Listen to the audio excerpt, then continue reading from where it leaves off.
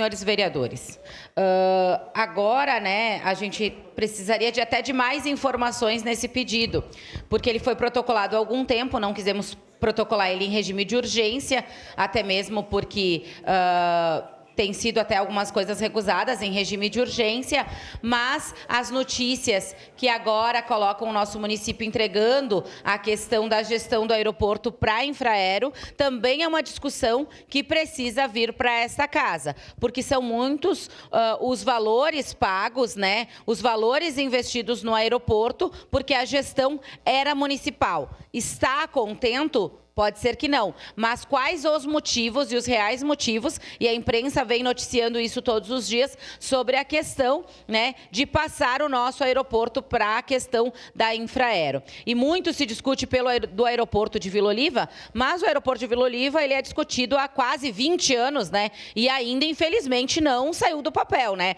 A gente fala de muitas situações, mas até ele sair do papel, qual é o aeroporto nosso? É o aeroporto Hugo Cartegiani. Então, por este motivo, a gente fez esse pedido de informações, emendas parlamentares já vieram para o aeroporto, tem recursos do município sendo investidos ali e a gente precisa, no mínimo, saber sobre as questões dos planos de segurança, né, dele, e agora, ainda mais, eu peço a complementação dos dados da questão da Infraero estar assumindo nos próximos 120 dias a questão do aeroporto. Então, são essas as nossas dúvidas e eu deixo aqui, peço a aprovação dos colegas nesse pedido de informação, senhor presidente.